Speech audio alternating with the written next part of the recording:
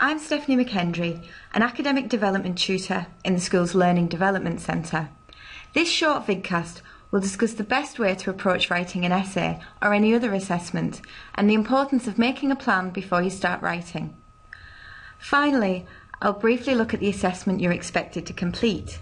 So why use an essay writing process? Well, there are a few really good reasons. Firstly, it helps you break the task down into manageable chunks. You know the hand-in date for your essay, but how will you manage to get everything done in time? Also, the thought of writing 2,000 words can be quite intimidating. Following a process makes all of this easier. You can plan when you'll do your reading, have a deadline for the completion of your first draft, and so on. If you follow a process, the end product is likely to be much better because you won't have rushed any of the stages. You won't start writing before you've completed your research. There should be adequate time for proofreading, etc. And finally, once you have a process that works for you, you can use it again and again. If you look in any study skills book, you'll find an essay writing process. Some have 4 stages, some 5. You'll likely develop your own system that works for you, but make sure it includes all of the things on this slide. Firstly, you have to spend time working out what you're supposed to do. Next, you have to do all of the reading and the planning. It's only then that you can actually start writing. Finally, try your best to leave plenty of time for proofreading. This vidcast will talk you through steps 1 and 2. So, the first thing is to spend time unpicking the question, going through the assessment guidelines and making sure you know exactly what your markers want. It sounds simple, but the key to passing an assessment is doing what was asked of you. It's so easy to misunderstand a question or miss parts of it out. No matter how good an essay you write, if it isn't the one you were asked for, you won't score that highly. This is an essay that was set for first-year students a couple of years ago. Quite a few students worked really hard on it, but were disappointed with their grades. This is because they didn't spend time analysing it. The question was broadly about oral health, but it was more specific than that. Students were not asked to discuss oral health treatment. They weren't to write about initiatives for dental technicians or teachers. It was about the role of the nurse in oral health promotion. You've been set a really interesting essay question, but there are lots of parts to it. Firstly, remember it's asking you to consider the Scottish context. So you might use UK or international evidence, but your main focus must be on Scotland. Remember that it's both values and beliefs that you're asked to consider, and the wider community as well as service users.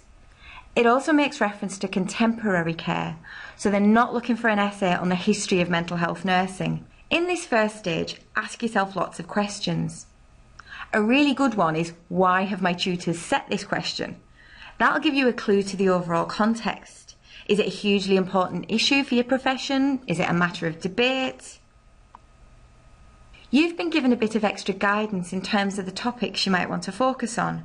Remember, you shouldn't try to cover everything. Instead, pick a few you can discuss in depth. Lots of people want to jump straight to writing, but this won't produce a very good essay.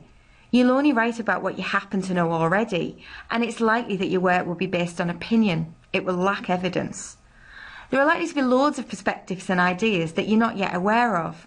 Instead, what you should do is spend some time researching the topic area. We call this searching the literature. Think about where your information is going to come from. You'll need a mix of policy, research and theory. The library provides lots of support in searching for information, so go along to the base if you have any problems. As well as finding information, at university it's vital that you evaluate it.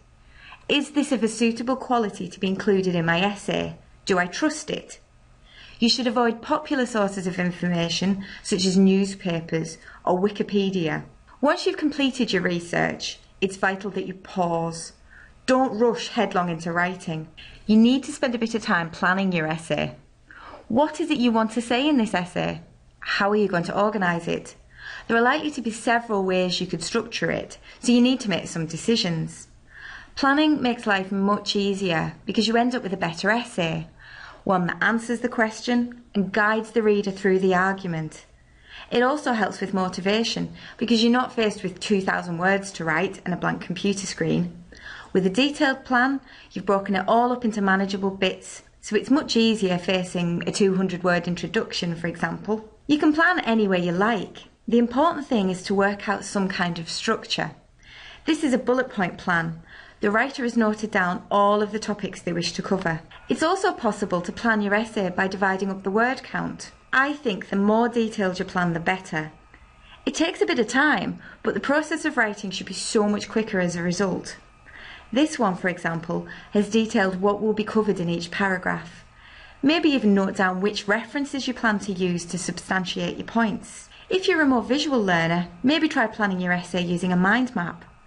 At some stage you'll have to work out the sequence in which you cover the topics, but mind maps can really help you initially when you want to figure out how things fit together. The good news is that the planning process has been built into your module.